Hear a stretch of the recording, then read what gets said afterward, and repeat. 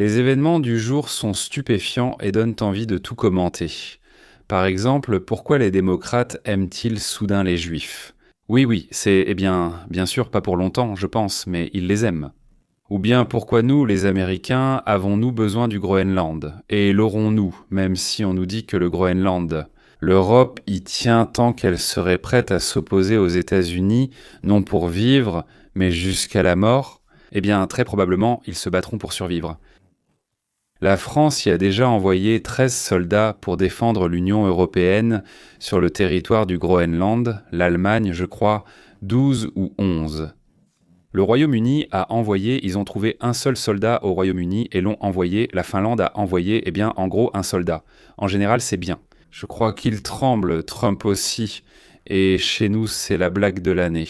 Lors des séances de la Cour suprême, l'un des juges a demandé à l'avocat qui défendait l'idée qu'un homme peut devenir une femme simplement en le déclarant, et alors il le pourra. Par exemple, je ne sais pas, jouer dans une équipe féminine de basket-ball ou boxer contre des femmes. Et la réponse était incroyablement drôle. Le camp de gauche n'a pas pu expliquer qui ils appellent un homme, un garçon ou une femme, une fille, c'est-à-dire qu'ils appellent en quelqu'un ainsi. Ils ont même saisi la Cour suprême pour défendre leur droit de passer de fille à garçon, et inversement, mais ils ne savent pas ce qu'est un garçon ni ce qu'est une fille. Aujourd'hui, une réunion importante a lieu à la Maison-Blanche sur fond de tensions croissantes à cause du Groenland. Rédacteur des sous-titres, oui. Le ministre des Affaires étrangères du Groenland et du Danemark rencontre l'administration Trump. Brian Abel, dernière nouvelle de Washington. Cette réunion de 90 minutes à la Maison-Blanche a lieu alors que le Danemark renforce sa présence militaire autour du Groenland et que le président Trump intensifie sa rhétorique sur la prise de contrôle du pays.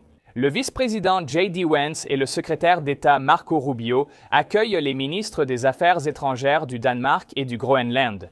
Leur délégation est arrivée dans l'aile ouest de la Maison-Blanche tard dans la matinée de mercredi, seulement quelques heures après que le président Trump a donné le ton à cette réunion importante par son message sur les réseaux sociaux. Trump a poursuivi sa rhétorique agressive, déclarant que l'OTAN devait ouvrir la voie aux États-Unis pour l'acquisition du Groenland. Sinon, la Russie ou la Chine le feront.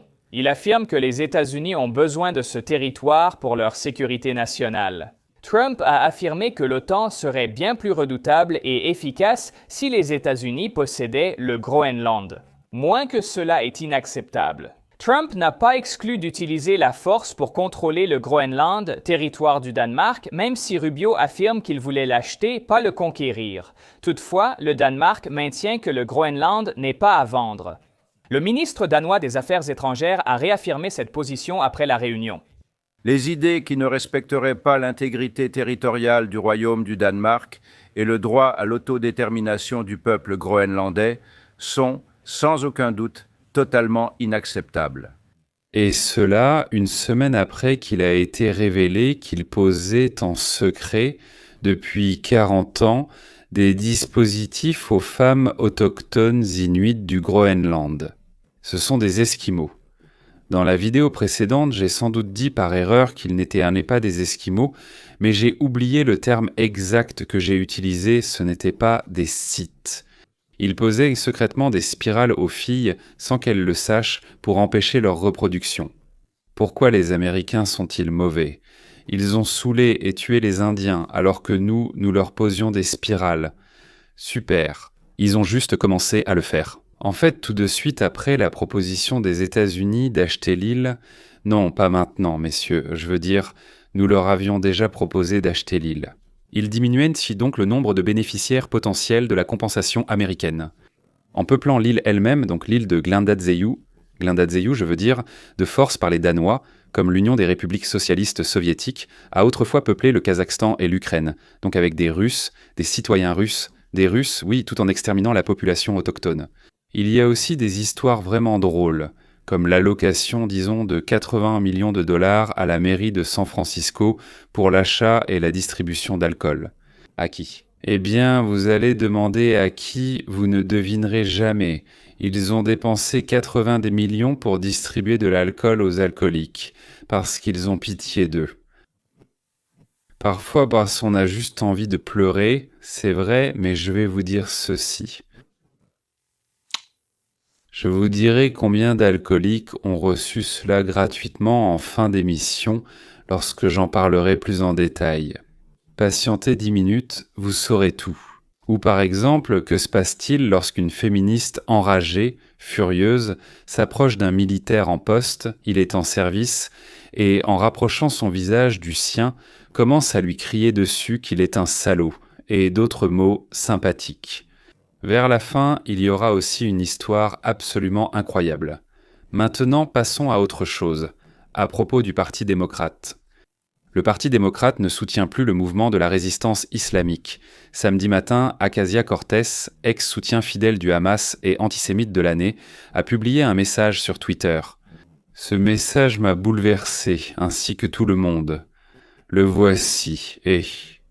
Défiler dans un quartier juif en criant « Nous soutenons le mouvement de la résistance islamique » est répugnant et antisémite. C'est aussi simple. Quoi, oui, tu criais à l'instant en t'égosillant que tu soutiens le mouvement de la résistance islamique. Et par conséquent, contre les créatures juives et mordevaises répugnantes qui vivent sur des terres historiquement arabes, appelées Israël. Parce qu'elles pensent qu'on peut, ou même qu'on doit, tuer, torturer, brûler des juifs, mais qu'en parler c'est inconvenant. Peut-être pense-t-elle vraiment comme ça, oui, c'est elle. Comme si les libéraux fascistes, les homosexuels progressistes criaient « Hurrah aux tueurs homosexuels !»« Hurrah à ceux qui nous jettent du haut des toits des immeubles !» Vive ceux qui enfoncent des pieux en bois bien aiguisés dans le rectum des homosexuels du monde entier. Hurrah!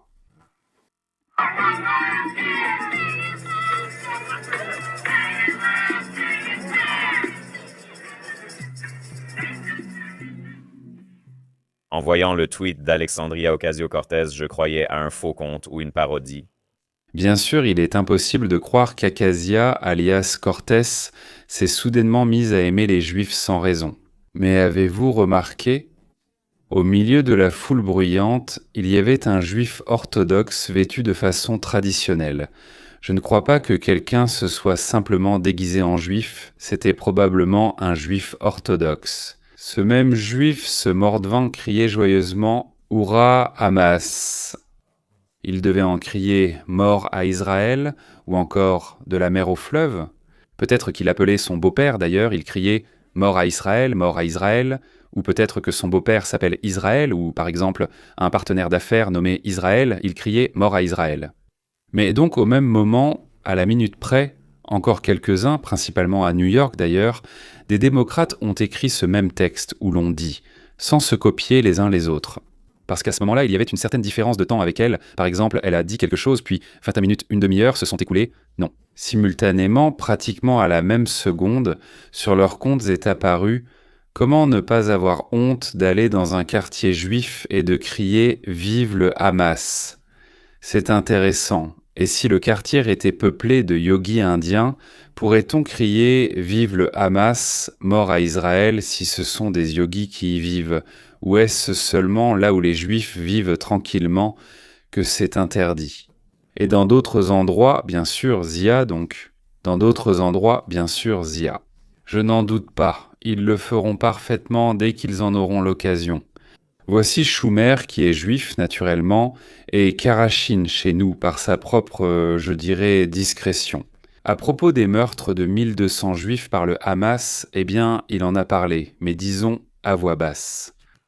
Chuck Schumer condamne le soutien au Hamas, qu'il juge antisémite, et affirme que de tels actes n'ont pas leur place aux États-Unis. 2 jours après, il a tweeté pour condamner l'incendie criminel d'une synagogue à Jackson, Mississippi. Le socialiste new-yorkais Zoran Mamdani a aussi évoqué sur Twitter l'incendie criminel à Jackson. Vendredi soir, il a aussi dénoncé les slogans pro-Hamas à New York ainsi que certains tweets de NU. De la gouverneure Kathy Hochul, de la sénatrice Kirsten Gillibrand et d'autres démocrates locaux et régionaux qui condamnent ces slogans. Ces mêmes personnes ignoraient les protestations sur les campus contre les étudiants juifs et défilèrent souvent avec ceux scandant « de la rivière à la mer » et « globaliser l'intifada ». Comment peuvent-ils approuver des slogans appelant au génocide en Israël, à un soulèvement violent des musulmans contre le monde non islamique et des protestations visant les étudiants juifs sous prétexte de liberté d'expression? Ils condamnent soudainement les manifestations pro-mouvement de la résistance islamique.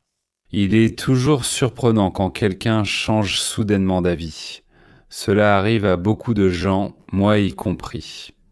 Lorsqu'une nouvelle idée, de nouveaux faits ou autre chose surviennent, tu réalises soudain « Ah, je ne comprenais pas, tu changes d'avis, heureusement que tu as de l'honneur et de la conscience. » Changer d'avis, mais quand beaucoup de gens en même temps, sans raison sérieuse, changent d'avis, c'est là que ça surprend. Je dirais que oui, tous les démocrates, disons au moins de l'État de New York, ont soudainement déclaré que les Juifs, bien sûr, bien sûr, sont mauvais. Bon, il est clair qu'ils sont mauvais, mais quand même s'ils sont mauvais, ils ne sont pas si mauvais que ça. Pour les jeter par milliers dans des maisons en feu, les enfermer avec des barres de fer et extraire les propriétaires à naître du ventre de leurs mères enceintes. Voilà, on se demande, après tant d'années, ils criaient que KAMAZ était bien, et tout à coup, ils ont changé d'avis et ont commencé à parler différemment de certaines choses, alors qu'ils savaient eux tout depuis longtemps. Dès le premier jour, la consigne change tout. En réalité, tout est simple. Une consigne est arrivée. Le choix, c'est que dans 10 mois, on commence à assouplir les positions énoncées dans la consigne sur toute la ligne. On commence à tromper, pas comme on trompait l'année dernière, mais maintenant on va tromper différemment, pour gagner les élections. Peu importe ce que ça nous coûte, on a volé tellement d'argent que le prix n'a plus d'importance pour nous. Mais le principal, c'est que l'aile droite des républicains, Tucker, Carlson, Candice et d'autres, sont devenus des antisémites, et ils débordent activement de haine envers Israël et, apparemment, envers les Juifs en général. Et là, le vice-président Vance est ami avec Tucker et traîne avec lui, malgré l'antisémitisme évident de Tucker, de ses potes et de son équipe. Encore les Juifs. Quelle chance que les démocrates nous aiment à nouveau. Les démocrates cherchent, face à Vance et les antisémites de l'aile droite « Make America Great Again », à paraître compatissants et attirer leurs électeurs. Eh bien, pour ceux qui ne supportent pas l'antisémitisme, pourquoi en aurions-nous besoin? Le Groenland? C'est une île froide, vide. Il y a 56 000 personnes. La moitié sont des Yakoutes. Non, pas des Yakoutes. Voilà que je les ai encore appelés Yakoutes. Ce sont des Inuits. Et l'autre moitié sont des Danois. Et en 1951, un accord a été signé entre les États-Unis et le Danemark, selon lequel le Groenland, qui fait partie du royaume danois. Je ne sais pas comment ils en font partie. Maintenant, ils ont déclaré que c'est un comté, donc, avant cela, c'était un certain territoire, oui, le territoire du Groenland, appartenant donc au royaume danois, ce qui nous permettait de construire, d'agrandir et d'ajouter des radars et des installations militaires sans que le Danemark ne contrôle leur nombre. L'accord existant est en réalité tellement large que les Américains peuvent faire pratiquement tout ce qu'ils veulent militairement au Groenland. Et comme on dit, il ne leur reste qu'à ne pas changer le drapeau. Au-dessus des principaux bâtiments, là-bas, qui sont à 2 étages, ce sont leurs bâtiments les plus hauts, je pense, à 2 étages, mais tout ce qui concerne les ressources minérales. Cela nécessite l'autorisation de l'Union européenne et la capacité de l'Union européenne à jouer à ce jeu avec nous. Nous vous donnons ceci, vous nous donnez cela, mais nous ne voulons vraiment pas jouer avec eux. Donc, transformer les Pays-Bas en une partie des États-Unis signifie une présence à long terme sur l'île, sans crainte de perdre le contrôle. Cela justifie tous les investissements, dépenses et améliorations d'infrastructures là-bas. Si c'est notre territoire, nous n'avons pas à craindre d'y investir. L'achat de la Louisiane, de l'Alaska et les débattants sur le Groenland ont marqué la culture politique et la vie américaine. Donald Trump considère l'acquisition du Groenland comme un projet immobilier. Il dit carrément que c'est un bon bien immobilier avec de grandes opportunités. C'est pour ça qu'il dit « Les gars, vous avez 56 000 citoyens là-bas. Oui, au Groenland. Laissez-moi vous donner 100 000 $ à chacun. » Ça fait 5,6 milliards et nous hissons le drapeau des États-Unis. Ils ont le droit de voter, de sortir du bâtiment et de rejoindre qui ils veulent, s'ils veulent rejoindre ou ils peuvent rester indépendants.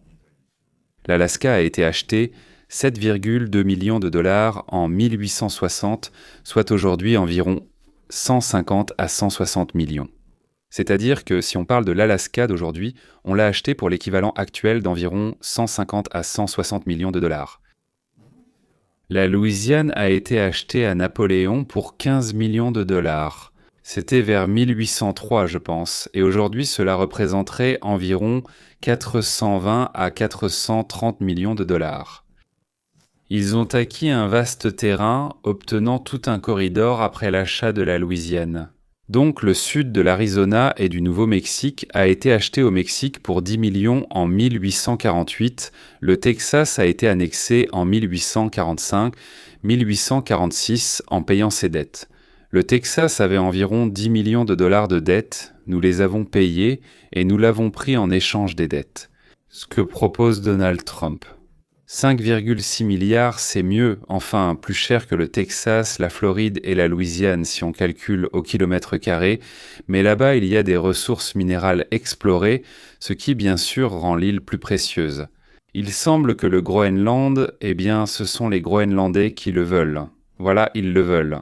Là-bas, c'est 1 million par personne, et ils prétendent ne jamais vouloir vendre leur pays. Ils vont vendre, oui, surtout que personne ne leur achètera rien. Ils vont juste changer de drapeau. Et puis, tu peux continuer à vivre tranquillement en déclarant, disons, le Groenland comme territoire des États-Unis. Enfin, pas comme un État, bien sûr. Oui, genre, là-bas, je pense à Porto Rico. Oui, d'ailleurs, la Floride a été annexée pour 5 millions de dollars en les payant aux citoyens de l'État. Ils se sont simplement mis d'accord avec l'Espagne.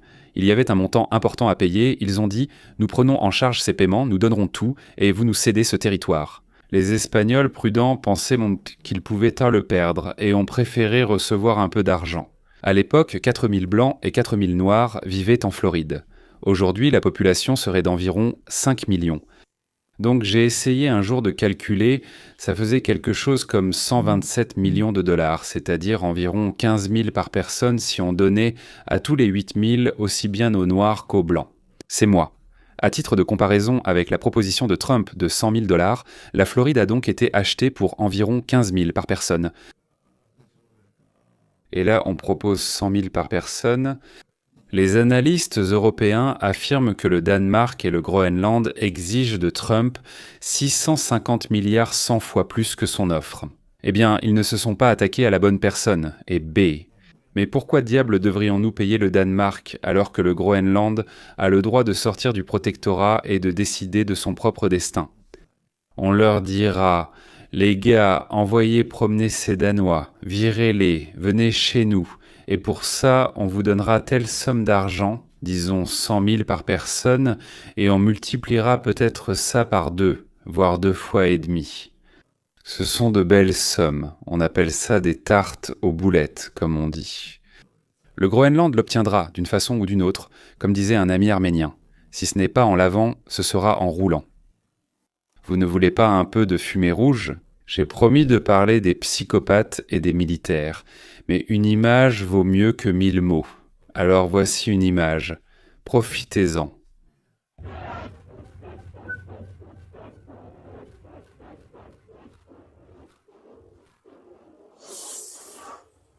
À mon avis, c'est magnifique. Encore une fois, pour le plaisir, regardons Parc.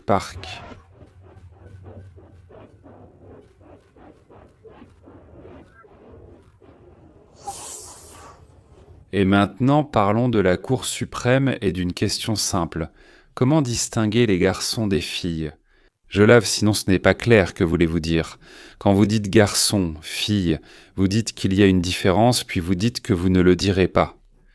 Quelle... Discrimination liée au statut transgenre, revenons à quelques notions de base. Êtes-vous d'accord pour dire qu'une école peut avoir des équipes séparées pour les élèves identifiés comme garçons et pour les élèves identifiés comme filles? Oui, Votre Honneur. Si c'est vraiment le cas, cela ne devient-il pas nécessaire pour garantir une protection égale si cette disposition est contestée au titre de l'article sur la protection égale? Comprendre ce que c'est d'être un garçon, une fille, un homme ou une femme. Oui, Votre Honneur. Quelle est cette définition aux fins de la protection égale? Que signifie être un garçon ou une fille, un homme ou une femme? Désolé, j'ai mal compris votre question. Je pense que l'acte fondamental, qu'il s'agisse d'une politique ou d'une loi. Nous devrions comprendre comment l'État ou le gouvernement a interprété ce terme afin de déterminer si quelqu'un a été exclu. Nous n'avons pas de définition pour le tribunal et nous ne contestons pas ici cette définition elle-même. Nous disons qu'en pratique, cela s'applique de manière à exclure catégoriquement les hommes biologiques des équipes sportives féminines et qu'il existe un certain sous-ensemble de ces hommes biologiques pour lesquels il n'a aucun sens d'agir ainsi selon les propres intérêts de l'État. Merci. Comment un tribunal peut-il déterminer une discrimination fondée sur le sexe sans comprendre ce que signifie ce terme? Aux fins de l'égalité de protection juridique, Donc permettez aux garçons de devenir des filles, en quelque sorte. Et le juge demande, qu'est-ce qu'un garçon? Qu'est-ce qu'une fille? Comment un garçon devient-il une fille? Et la réponse? Nous l'ignorons. Donc tout ce que vous dites est absurde. C'est-à-dire qu'un boxeur en bonne santé, disons de 2 mètres, oui, a perdu chez les garçons, chez les hommes, mais veut ramener une médaille d'or à sa mère à la maison, il en a le droit. Il rejoint l'équipe féminine et affirme « J'ai décidé que je suis une femme. C'est arrivé juste après que j'ai perdu le combat. » Je pense qu'on sait simplement ce qu'ils ont décidé. Selon leur propre règlement, Lindsay est qualifiée comme homme à la naissance et elle est catégoriquement exclue des équipes féminines, comme l'exige le règlement. Nous acceptons les définitions du règlement sans les contester, mais cherchons à savoir si elles posent un problème d'égalité de protection.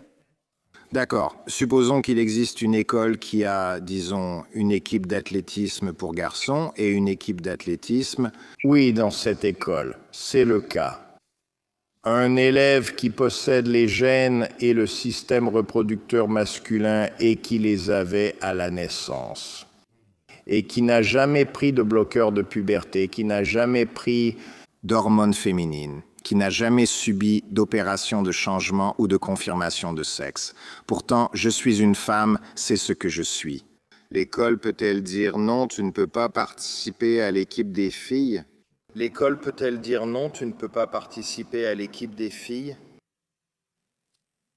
Excusez-moi, vous êtes simplement un homme de naissance avec les avantages masculins. L'école peut-elle vous exclure de l'équipe féminine? Oui, elle le peut. Mais cette personne, n'est-elle pas une femme selon vous, cette personne? D'hier. I. Je me considère sincèrement comme une femme. Je suis en fait une femme de lumière. Pas une femme, c'est une personne. Je respecterai leur genre en les adressant ainsi. Il doit donc être autorisé à concourir contre des femmes et, si je comprends bien, gagner facilement la médaille d'or. Et son ami a dit « Moi aussi je veux l'argent, le 3e voisin le bronze, et ailleurs un nageur veut l'or chez les femmes et son ami l'argent. » Et ainsi de suite, et ainsi de suite. Oui, pour une raison quelconque, personne, enfin à ma connaissance, rappelez-vous, est-ce que quelqu'un s'en souvient? Mais aucune femme du sport, apparemment, ne demande à se battre sur le ring contre des hommes. C'est curieux, pourquoi? Au fait, pourquoi? C'est intéressant, non? Et puis, l'histoire de l'alcool à San Francisco, c'est ma préférée. Vous pensiez avoir vu des voleurs de toutes sortes, de toutes formes et de toutes tailles? Non, non, non, non, non, non, ça vous ne l'avez encore jamais vu? C'est incroyablement drôle, c'est encore plus drôle que les 9 milliards volés, volés, volés, volés par les fonctionnaires. Volés, volés, volés, volés, volés, volés, volés, volés, volés. Parlons de l'itinérance, parce qu'il a reconnu que 24 milliards de dollars alloués aux sans-abri au fil des années ont disparu et ont été dépensés. Mais personne ne sait exactement à quoi cet argent a servi, ni si cela a apporté le moindre bénéfice. Et c'est cela qui m'a frappé, parce qu'il l'a vraiment reconnu. J'ai écrit un article qui est paru aujourd'hui, mettant simplement en lumière l'une de ces organisations à San Francisco qui est censée fournir des doses gratuites d'alcool aux sans-abri alcooliques. Et pendant 5 ans, avec un 16 millions de dollars, ils ont servi 55 clients. Non, tu inventes. Attends, c'est quoi? De l'argent public utilisé pour acheter de l'alcool gratuit aux ivrognes de la rue? Oui, et ça dure déjà depuis plusieurs années. Cette organisation existait déjà, mais a été renforcée pendant le Covid pour éviter que les alcooliques sans abri finissent aux urgences. Et vous savez, on essaie en quelque sorte de réduire les risques pour ces personnes. Comme je l'ai dit, excusez-moi, donner de l'alcool à des alcooliques revient à offrir du crack à des toxicomanes ou de l'héroïne à des héroïnomanes. Ça ne résout pas le problème, ça ne fait que l'aggraver. À mon avis, c'est hilarant. Combien a-t-elle dit? 80,1 millions de dollars ont été alloués à l'achat de tequila, de vodka et d'autres excellentes boissons, et ils ont distribué des boissons à quoi? 50 personnes. Elle a dit oui, c'est-à-dire qu'ils allèrent à l'entrepôt, à la base, je ne sais pas, chez le fournisseur, et disaient voilà un chèque d'1 million. Et moi, tu me donnes quoi? Eh bien, je pense 500 000 dollars en espèces. Mais sur 80 millions, si on calcule comme ça, oui, sur un seul programme, ce n'est pas le plus gros, 40 millions de dollars de retour, voire plus. Qui sait combien ça fait avec d'autres programmes, combien dans toute la Californie et combien dans toute l'Amérique. Maintenant, quand on me dit que la dette des États-Unis est de 28 000 milliards, je pense que je sais qui nous les a volés. Ceux qu'on a élus pour nous voler, parce que c'est pour ça qu'on les a élus. Certains étaient élus pour qu'ils nous volent plus de la moitié, d'autres pour qu'ils nous volent moins de la moitié, mais on les élisait pour qu'ils nous volent. Pourquoi protester maintenant et dire qu'on nous a volés? Bien sûr, on nous a volés. Et à la toute fin, vous pensez que le gynécologue est devenu démocrate. Voilà, le gynécologue est devenu démocrate. Oui, vous pensez qu'il ne s'est rien passé, mais il s'est passé quelque chose avant exactement, ou elle exactement. Ils savaient quelle était la différence entre un homme et une femme, certains individus venaient en les voir, et d'autres, pour une raison quelconque, ne venaient pas. Mais dès que le gynécologue des États-Unis ou le gynécologue est devenu démocrate, il ne peut plus répondre à la question de savoir quelle est la différence entre un homme et une femme et un homme, il et elle ne peuvent pas devenir démocrates. Avant, ils le pouvaient. Docteur Verma, je n'ai pas bien saisi votre réponse au sénateur Moody. Pensez-vous que les hommes peuvent tomber enceintes? J'ai hésité car je ne savais pas où menait la conversation ni son but. Je veux dire, je m'occupe de patientes avec différentes identités, je m'occupe de nombreuses femmes, je m'occupe de personnes avec différentes identités. J'ai fait une pause car je n'étais pas sûre de votre intention. Docteur Verma, je n'ai pas compris votre question au sénateur. J'ai fait une pause car je ne saisis pas bien le but de la question. Le but est d'établir la réalité biologique. Vous dites que la science et les faits doivent primer sur la politique. Vérifions, les hommes peuvent-ils tomber enceintes? Je me soucie des personnes ayant des identités différentes, mais je me soucie de nombreuses femmes capables de tomber enceintes. Je prends soin des personnes qui ne se considèrent pas comme des femmes. Je parle de personnes qui ne s'identifient pas comme femmes. Alors, les hommes peuvent-ils tomber enceintes? Encore une fois, comme je le dis... Laissez-moi vous rappeler ce que vous avez dit il y a 1 minute. La science et les faits doivent prévaloir, pas la politique. Les hommes peuvent-ils tomber enceintes? Vous êtes bien docteur, non? Oui. La médecine doit être guidée par la science et les données. La science affirme-t-elle que les hommes biologiques peuvent être enceints? Je pense aussi que ces questions fermées sont un outil politique. Les questions fermées portent sur la vérité. Docteur, ne faisons pas de cette audience une farce. C'est une affaire de science et de preuves. C'est pourquoi je vous demande, vous savez, la Cour suprême des États-Unis a examiné cette question en détail seulement hier. Ce n'est pas hypothétique ni théorique, cela touche des personnes réelles dans leur vie. Et vous êtes ici en tant qu'expert, invité par l'autre partie en tant qu'expert. Et vous nous avez dit que vous suivez, n'est-ce pas? Vous êtes médecin et vous suivez la science et les preuves. Alors, je veux simplement savoir, sur la base de la science, est-ce que les hommes peuvent tomber enceintes? C'est une question à laquelle on répond par oui ou non. Je pense que oui. Tu simplifies trop les choses. J'essaie simplement d'obtenir une réponse claire et de vérifier votre honnêteté en tant que professionnel de santé et scientifique. Les hommes peuvent-ils tomber enceintes? Non, elle n'a pas pu répondre à cette question extrêmement difficile, parce qu'elle se moquait de la vérité. Waouh, pouvez-vous imaginer ça? Elle se moquait de la vérité qu'elle a dite. Elle se bat du matin au soir, et même la nuit, elle se bat pour la vérité. Évidemment, si elle ne sait pas, il faut la disqualifier, mais elle est gynécologue. Comment une gynécologue peut-elle ne pas savoir? Elle doit en accepter une des deux et ne pas accepter l'autre. Et si elle sait, alors elle ment, et dans ce cas, il faut la juger pour avoir menti devant le Congrès. Donc voilà, formulons-le clairement. Oui, elle ment, soit elle trompe, soit elle raconte des mensonges, soit, je ne me souviens plus, il faudrait trouver un synonyme, oui, mais je pense que c'est la même chose. En réalité, Je serais ravie d'échanger avec vous tant que ce n'est pas pour me polariser ou me mettre la pression. Je ne cherche pas la discorde, je pose juste une question. Je trouve incroyable qu'on parle ici de science et de femmes. Rappelons que seules les femmes tombent enceintes, pas les hommes. Sur cette note, nous allons conclure. Et je tiens à dire de ma part, non, un homme ne peut pas tomber enceinte, point final.